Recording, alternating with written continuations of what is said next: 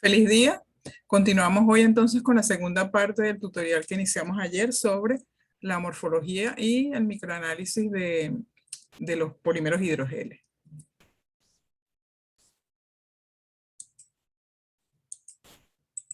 Tal como les indicaba ayer, los hidrogeles no solamente tienen capacidad para absorber fluidos, de lo cual hablamos ayer exhaustivamente, como la máxima, vamos a decir, propiedad con lo que se les conoce a estos materiales, pero también tienen capacidad de interaccionar con iones metálicos y eso también se puede caracterizar mediante análisis elemental en el microscopio electrónico de barrido. Vamos a analizar un poquito cómo es esa capacidad antes de presentarles la herramienta. En primer lugar, deseo resaltar que el doctor Ixacatime de la Universidad del País Vasco fue quien propició esta interacción entre la Universidad de Oriente y la Universidad de los Andes y la Universidad del País Vasco en cuanto a sintetizar hidrogeles y caracterizarlos. Desde hace varios años iniciamos unas pasantías en su laboratorio y realmente aprendimos mucho de la mano de él, que justamente se le considera el padre de los polímeros hidrogeles.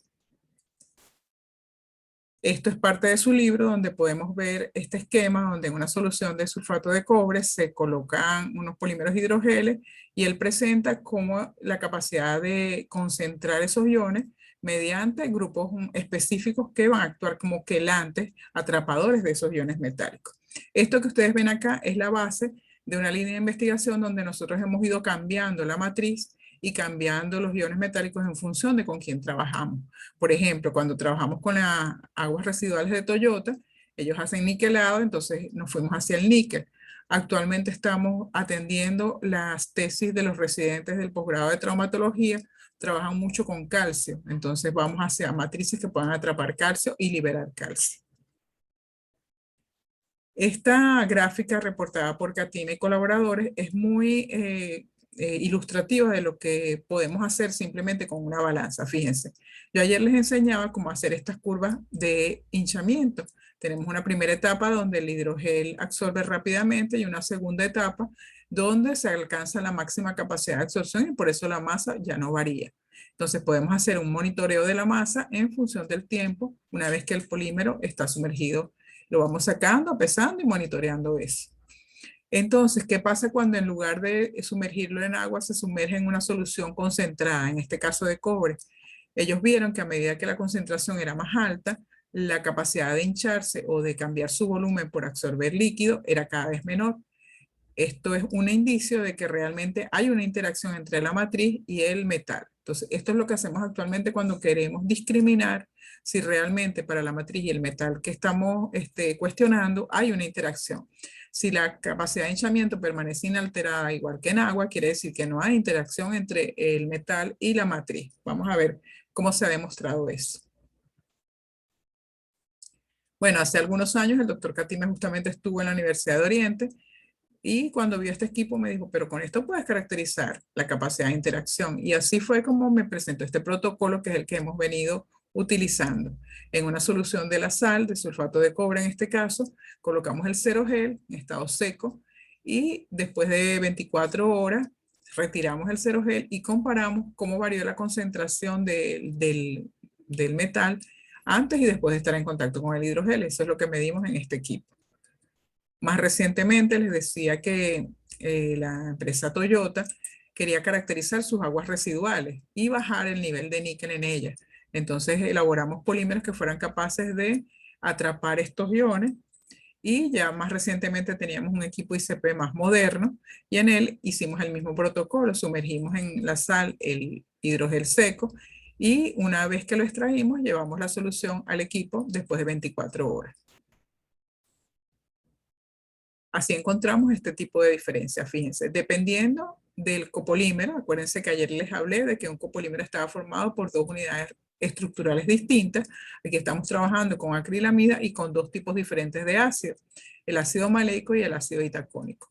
Cuando trabajamos con ácido maleico tenemos una reducción importante, sobre todo cuando trabajamos con un 20% de ácido dentro del hidrogel. Sin embargo, cuando vamos al ácido itacónico, la capacidad absorbente de este que les hablaba ayer, además es importante que absorbe también una mayor cantidad de iones metálicos. Entonces, así podemos ir discriminando cuál es la mejor matriz dependiendo del metal. Fíjense, en este caso estábamos hablando de las aguas residuales de Toyota, como lo del niquelado, y estábamos estudiando entonces las sales de níquel. Esto ha sido publicado por nosotros en la revista Iberoamericana de Polímeros si tienen más interés en este tema. Sobre el cobre también trabajamos en función del tiempo. Fíjense, aquí extraíamos las pastillas al primer día, al segundo día y al tercer día. Ven cómo ya en el tercer día ha concentrado realmente la mayor cantidad de cobre y además, bueno, no hay una variación significativa con las formulaciones que probamos en este caso, pero sí encontramos, bueno, una reducción respecto a la concentración inicial cuando utilizamos el 30% de un poliácido acrílico. Queríamos entonces pasar a la segunda etapa, o sea, ver si esa diferencia de concentración que medíamos en la solución antes y después de estar en contacto con el hidrogel, podíamos medirlo en la solución remanente. Y así justamente, siguiendo los protocolos reportados por Catina y colaboradores, vemos entonces que después de 24 horas de estar en contacto la pastilla con la solución de sal, podíamos entonces someter la pastilla a una solución ácida y esta iba a eluir los iones que habían quedado atrapados en su interior. Y esa solución la podíamos también llevar al equipo de ICP. Esto lo reportamos entonces. Fíjense cómo el hidrogel que ha absorbido el cobre, una vez que entre en contacto con una solución ácida, eluye completamente los iones que atrapó.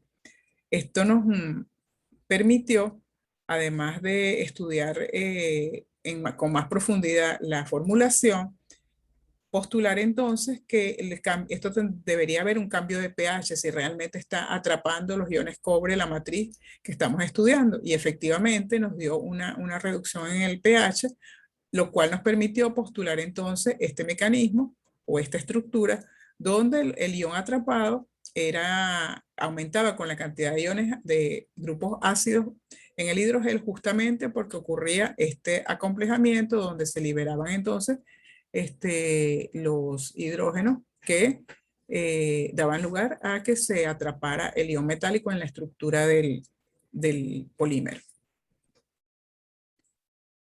Les decía que más recientemente hemos comenzado a estudiar el ion calcio. Justamente, bueno, habíamos empezado con la tesis de Daniel Contreras hace varios años como un componente de los suelos. Sin embargo, actualmente hemos continuado estudiando con el calcio, les decía, porque es un ósteo integrador en el área traumatológica. Y encontramos entonces que, por ejemplo, un hidrogel de poliacrilamida absorbe muy poco calcio. Sin embargo, un copolímero sí absorbe una cantidad de calcio importante, sobre todo, fíjense, aquí hemos comparado la diferencia de la concentración inicial y final y la concentración eluida. Y coinciden las medidas. O sea que este es el protocolo doble que pasamos por el ICP. Como les decía antes, simplemente con una balanza también podemos entonces dilucidar si algún otro tipo de copolímero era capaz de interaccionar con el calcio. Y eso fue lo que hicimos en esta tesis de Alexander García, donde él trabajó con ácido maleico y vimos que este también era capaz de atrapar calcio, ya que su grado de hinchamiento se veía notablemente reducido en una solución de calcio. ¿Cómo podemos utilizar la microscopía electrónica entonces para validar estos resultados? Bueno, el microscopio electrónico de barrido tiene capacidad analítica, ¿verdad? Y específicamente trabajamos de la mano del profesor Freddy Arenas en el IUT Capital, ahora conocido como UNETRANS, los hidrogeles que habían absorbido las sales, haciéndoles el tratamiento convencional previo. Les hicimos entonces LDX en este equipo. Como ustedes bien saben, la técnica de EDX hace un recorrido de una esfera aproximadamente de 5 micras, como nos ha enseñado el doctor Carlos Rojas, y en esa esfera podemos hacer análisis de este tipo. Viéndolos con más detalle, fíjense entonces, este polímero que estuvo en contacto con la solución de cobre arroja efectivamente la señal de cobre y el porcentaje en esa esfera que hay, tanto en porcentaje atómico como porcentaje en peso. O sea, el porcentaje en peso dio 43% y el porcentaje atómico del 16%. Si comparamos un barrido de formulaciones, podemos entonces comparar en las esferas de cada uno cuánto es el porcentaje de absorción del metal.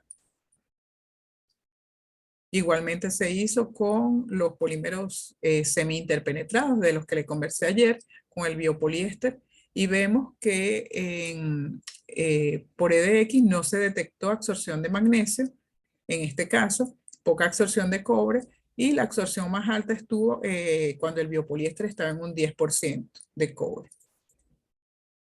Cuando tratamos las aguas residuales, también llevamos esos hidrogeles al EDX y vemos, por ejemplo, que para un hidrogel con quitosano, ¿se acuerdan que ayer hablamos del quitosano con glucosamina?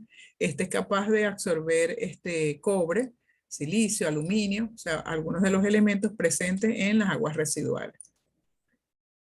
Igualmente, aquí vemos que cuando trabajamos con níquel y magnesio, hay una alta capacidad de este hidrogel con quitosano de absorber níquel, ¿ok? Y cuando las aguas residuales tienen muchos otros elementos, vemos que el más apropiado para la necesidad de Toyota, que era eliminar manganeso, hierro, níquel y zinc, es el de poliacrilamida. Justamente este absorbió más alto que el resto de las formulaciones probadas. Bueno, para cerrar, simplemente decirles que de esas perspectivas que nos planteamos con el doctor Ixacatime más recientemente, ellos están trabajando ya no con las pastillas de hidrogeles que yo les he estado presentando de 0,1 gramos, sino con microgeles. Esto lo hemos venido trabajando con el núcleo de Udo Anzuate, que ya ellos hacen microgeles y nanogeles, y el interés de caracterizar estos por microscopía electrónica de barrido es comparar entonces si los tamaños que podemos medir con los histogramas de microscopía electrónica de barrido son semejantes a los que se miden allá en España con la técnica de la scattering. ¿Por qué el interés de ir a microgeles y nanogeles? Bueno, porque se ha determinado que estas micropartículas pueden ser una solución efectiva contra enfermedades tumorales. Por ejemplo, la Universidad del País Vasco están formulando con ácido fólico, que es una sustancia que le gusta mucho a los tumores. O sea, el tumor absorbe el ácido fólico porque le gusta, entonces puede absorber una nanopartícula que tenga un grupo funcional con ácido fólico, pero si lo cargamos de una vez con un anticancerígeno o antitumoral, él va a actuar como un caballo de Troya. O sea, una vez que esté dentro del tumor, él puede liberar la célula, el fármaco antitumoral, anticancerígeno. Y en eso están trabajando el doctor Isaac Atimi y su grupo. Bueno, en cuanto a nuestras necesidades acá locales para el posgrado de traumatología, estamos viendo estos trabajos donde ya los hidrogeles están compuestos no solamente de polímeros, sino también de fibras de titanio, por ejemplo. Y han sido probadas en cartílago de animales, pero bueno, nosotros queremos hacer tratamientos que no sean agresivos ni impliquen nada que sea contra la bioética, que es importante tenerlo en cuenta para hacer estos estudios. Otro de nuestras líneas de investigación que lleva el doctor Arnaldo Ramírez es el uso de los pasivos ambientales. Durante su tesis doctoral, él trabajó con el lodo rojo de la mano del profesor Leonir Gómez, de allá de Bolívar, justamente con un pasivo ambiental que estaba ya disponible.